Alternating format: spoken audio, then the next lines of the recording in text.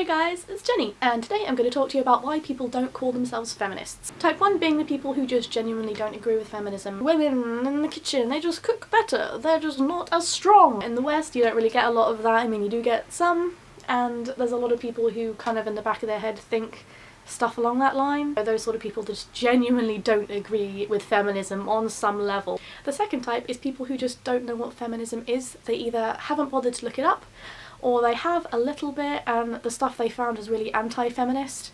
It really depends on what circles you sort of run in, like what people you talk to as to the information that you get. You have to go to lots of different sources and check things out, and it's a lot of effort. I get that. To me it feels like a responsibility, not just as a woman but as a person, to look into this sort of stuff. Now my next group of people are the people who are actually feminists. They know they're feminists, but they just don't want to be associated with feminism for whatever reasons. Number one, they know that feminism has a bad rap, that a lot of people just immediately, if they hear that you're a feminist, they just lose so much respect for you, if not all of it. Reason two, they don't want to be ridiculed, especially on the internet, also in real life depending on where you live. If you go around being like, hey guys, I'm a feminist, you will get the piss taken out of you. I feel for you guys, I honestly do, and depending on where your mental health is at, if you're okay and you feel like you can sort of deal with it, then please do go ahead and call yourself a feminist. Everyone benefits from feminism, it's just great for everyone, but you know, if you need to put yourself first, that's okay. And the last reason is people just don't feel safe calling themselves a feminist. A lot of feminists get death threats and rape threats. You can get threats from people, like in real life, saying, you know, if you keep going on with this kind of bullshit, you'll get kicked out of the house. Maybe, you know, internally be like, yeah, I'm a feminist, but on the outside be like, what? Women's rights? Who needs them? Me. No. Jeez. That came off really Evan Edinger, didn't it? Hey guys, it's me, Editing Jenny, and I'm here to tell you about something that I forgot. A really big reason why a lot of people don't want to be feminists is it's not always intersectional.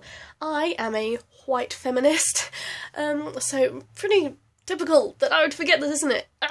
A lot of feminists just forget about people who have other sort of systemic oppression affecting them, such as like women of colour. They've got being a woman and being a person of colour.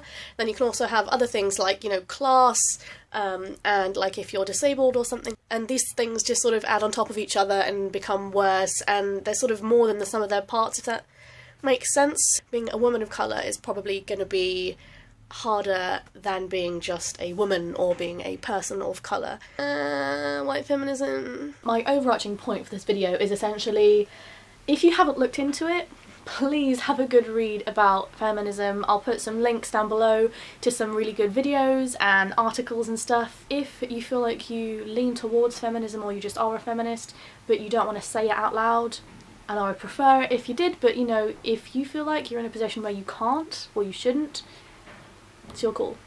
But yeah, that's all I have to say on this topic. Feel free to call me out below if I've said anything shit, because I always do, don't I? But yeah, I'd love to talk to you guys, and I will see you guys in my next video. Bye!